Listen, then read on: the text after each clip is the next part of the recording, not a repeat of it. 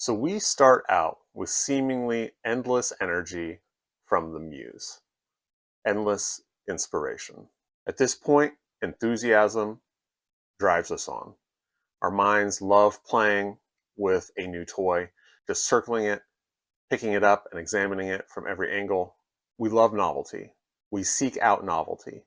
Social media networks have hijacked our brains because they can give us something new every couple of seconds. TikTok revolutionized this by perfecting the slot machine aspect with interactive swiping and algorithms that ensure that not every video lands with you, so that when one does, it's a big treat, and when you swipe, there's general tension and anticipation. We already loved novelty, and it has been weaponized to the degree where now our brains expect it at every moment. So now, more than ever, the new wears off. By definition, new can't last. And even when you tell yourself, this is it, this is my new obsession forever, it's not true. It's infatuation. Your relationship with a novel and with your writing career has to make it past the infatuation stage, and that takes work and dedication. Passion alone won't cut it. Something new and shiny is going to walk by. On the novel level, some other idea will come to you, and that one you know would just fly from your fingertips. On the writing level, you'll discover a new hobby that starts to take over your brain. This is a big issue with me. I have learned to not judge myself so harshly about it as long as I stick with the things that really matter, like writing, because I pick up a new hobby, I wring everything new from it until I'm able to do it well, and then I move on to something else. I have a second YouTube channel, a board game channel, where you will actually see me smile a lot. Most writers quit, and you need to not be one of them. On the novel level, in a 2015 blog post, the Synergy Whisperer stated that 97% of people who start a novel won't finish it. I don't know where they got that statistic. I don't know where all of these writing statistics come from, but it doesn't strike me as being far-fetched. We like to do fun things.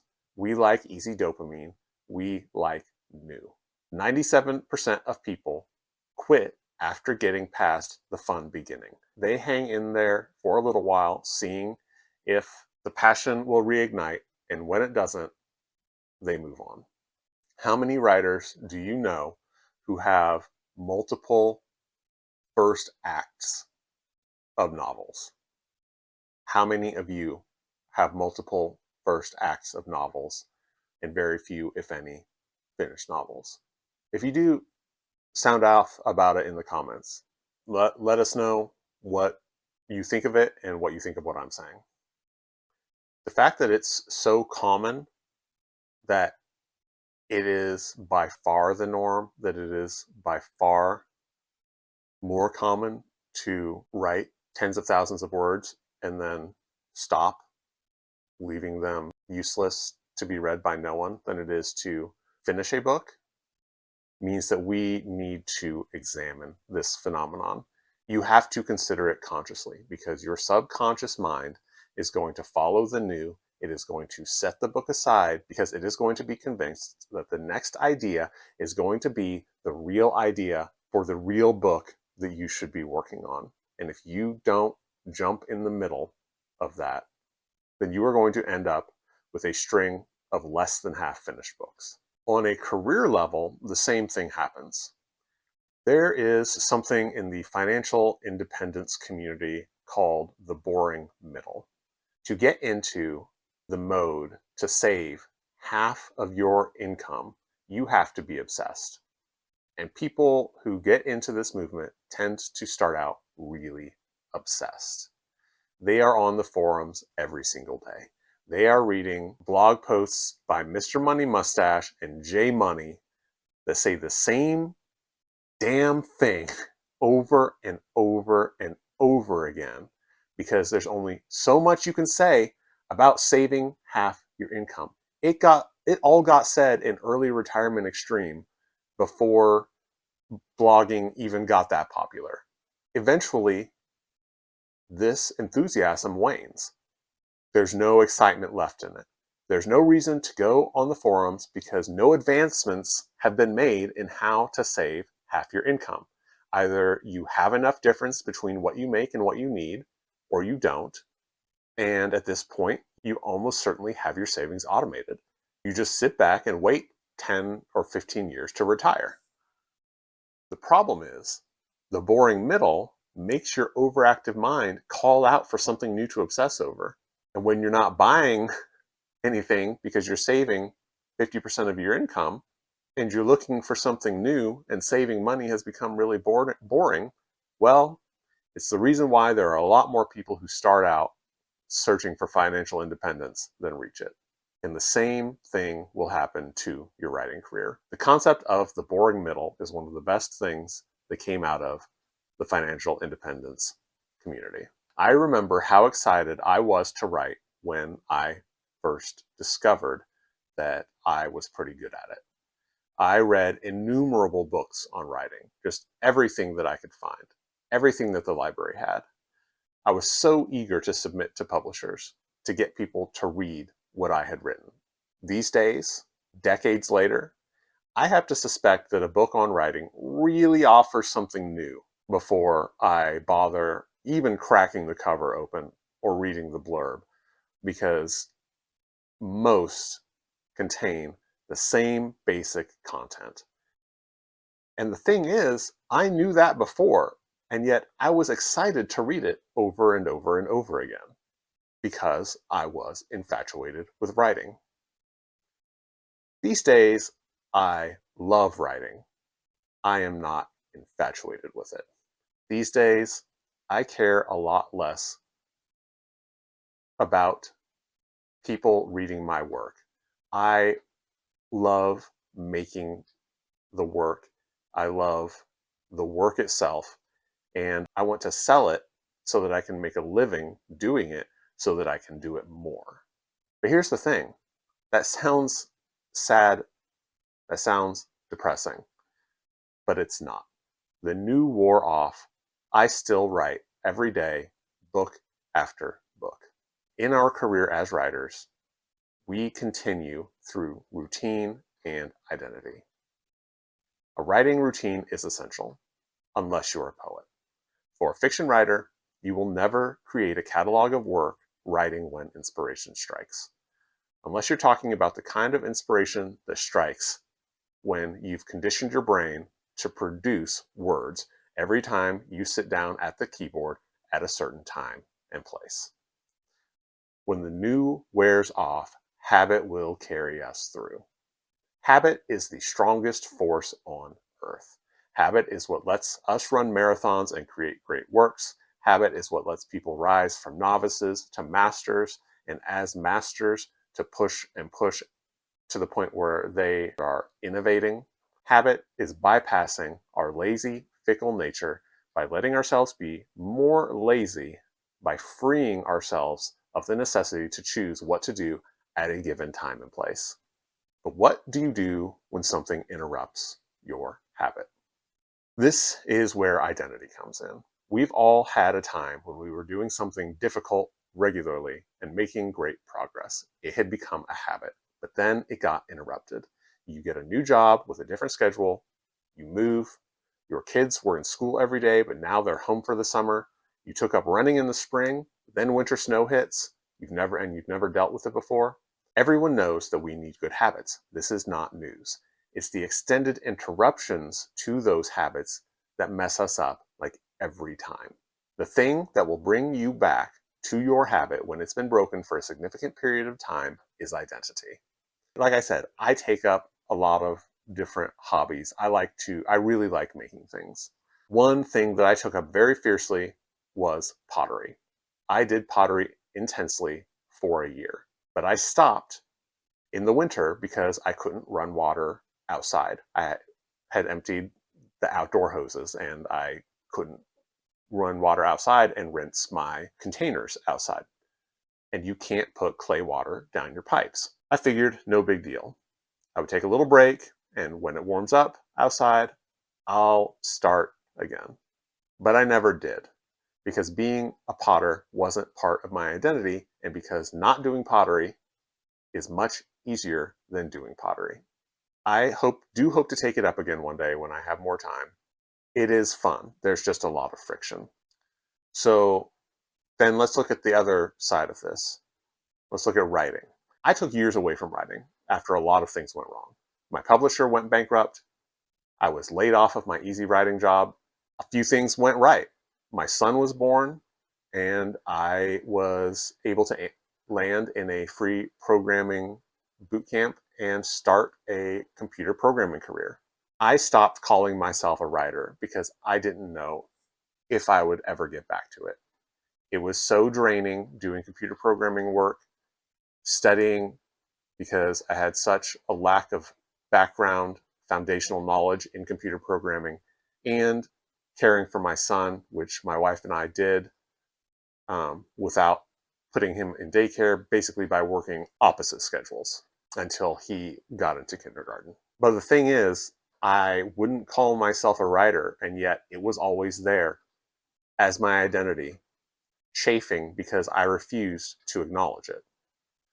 When I got the chance, when my son started school, when I had less stress at my job, it had been years, but I started it again.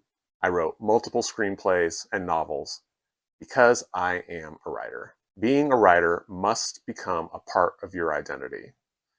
Your goal isn't to write every day. That is your process. Your goal is to become a great writer. I would suggest that you read Atomic Habits for more detailed advice on this, and watch my video about the dangers of the identity of writing and saying that you're a writer while not actually doing the writing work. So that covers your writing career. What about the boring middle of the book? Act 2 kills books dead. Act 2 is responsible for more incomplete manuscripts than anything else. We need routine, identity, and structure in order to get through this. So the routine and identity that I discussed earlier, that is crucial to continuing writing as a career, will help you in every other struggle that you have as a writer. You aren't sitting down to write because it's the most fun thing you could be doing at the moment. You sit down and write because you're a writer. You finish your book because that is what writers do. They write books. If you aren't completing something, you're just playing around, which is fine if that's as much as you want. But I don't think that that is as much as you want if you're here watching this. But then there's also the technical aspect, not just the mindset, the grind set. I don't want you to think that I'm coming at this like a hard-nosed hustle bro telling you that you just need to push through and bear down and burn out is fake. You need to, it's a fact of life. It's just a fact that getting through a book and continuing something as both as difficult and as difficult to get external rewards at as fiction writing, you need to approach it with strategies. This sitting down to write, it could be to create 250 words. I'm not saying that you need to give up sleep. I'm saying that every day you need to sit down and put a half an hour towards your writing at least. It's not easy, but it's not something to dismiss because it's unrealistic. But then there is the technical aspect. And that is that if you don't plot your books in advance and you're finding it difficult or impossible to get through Act 2, you need to consider plotting ahead. Plotting ahead might make the process of writing more boring for you, but you know what to write. And so it turns it into just a task instead of a moment of inspiration. It's requiring this inspiration that kills, that makes people quit. When it's just something that you can sit down and do, as long as you have the determination, you don't quit. If it's something that requires constant lightning strikes of brilliance, it's something that you are hoping for and that you don't necessarily have control over. And that is the sort of thing where you will can get blocked, or you will eventually get blocked, and it's the most likely thing to make you quit. So one benefit of plotting ahead, that if you haven't experienced it before, you might not realize, is that by breaking down the book into discrete scenes, you can write each one of them almost like a new thing rather than just an endless continuation of a giant novel. You get a program like Scrivener where you can make these digital little index cards on a corkboard and write in a summary. Then you open up that specific scene and you write that, and you don't see the hundreds of pages that came before it, and you don't feel the hundreds of pages that have to come after it. You're just seeing this one thing, and you can trick yourself, or at least keep your brain from completely rejecting the notion of moving forward. Another benefit of plotting your book ahead of time is that you know that the boring slog that you're in at that moment, while necessary, is not endless. You can see scenes coming up that are going to be more fun to write. There's Act 3. Hopefully there's some stuff that you've sprinkled in throughout that is fun. But if you're in a series of difficult to write scenes and you actually don't know when you're going to get out of it, that's a recipe for quitting. I used to not plot, and I was able to produce some books without plotting ahead. It is not supernatural for me to be able to detach the plotting into its own separate task. So I had to come up with tricks and discover and try different tools. And I would like to cover those in future episodes if people are interested in things that are a little bit more about the concrete processes rather than like the philosophy and mindset. So let me know in the comments. But here's where I tell you something that you probably aren't expecting after hearing me rail against people who try to get by just on inspiration. And that is that we don't need to reject the infatuation phase. We can use the excitement. If your book requires a lot of research, read as much as possible while you're obsessed. I tend to not write research-heavy books, but the few that I have, I try to race through all of the books that I needed to read while I was really enjoying working the concepts over in my mind. Get your notes taken. Lay the groundwork to make the rest of the journey easy. We love an easy journey. We like talking about the hard journeys and hearing about the hard journeys, but what we like to go through are easy journeys. So doing this work ahead of time will help you when your neurotransmitters aren't giving you the constant boosts. And during this time, just get as much written as you can. Take the honeymoon phase as a running start. Hurl yourself at your book and see how far your momentum can carry you. Can you usually only handle writing 2 hours a day? Max, but at the start of a project, you find it hard to ever rip yourself away from the keyboard to go to sleep? I say go for it. Don't burn yourself out, and don't try to force yourself through that once the infatuation has worn off. Don't say to yourself, because this is the temptation, wow, if I can keep writing at the rate of 7,000 words a day, I'm going to be able to finish a novel in 10 days. And then you expect that from yourself, and then you get disappointed when you get back to your usual 1,000, 2,000 words a day. Have that reasonable baseline and return to it, seeing what you accomplished initially as a bonus. Don't set a new baseline. But the other side of this is don't mourn the loss of the infatuation phase. Writing is now your life.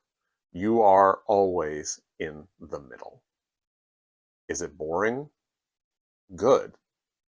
Embracing boredom means liberating yourself from your monkey mind. It means that instead of chasing dopamine, you get the chance to ask what you really want and to pursue your true goals. Progressing towards your true goals, that is the path to mastery and the path to happiness.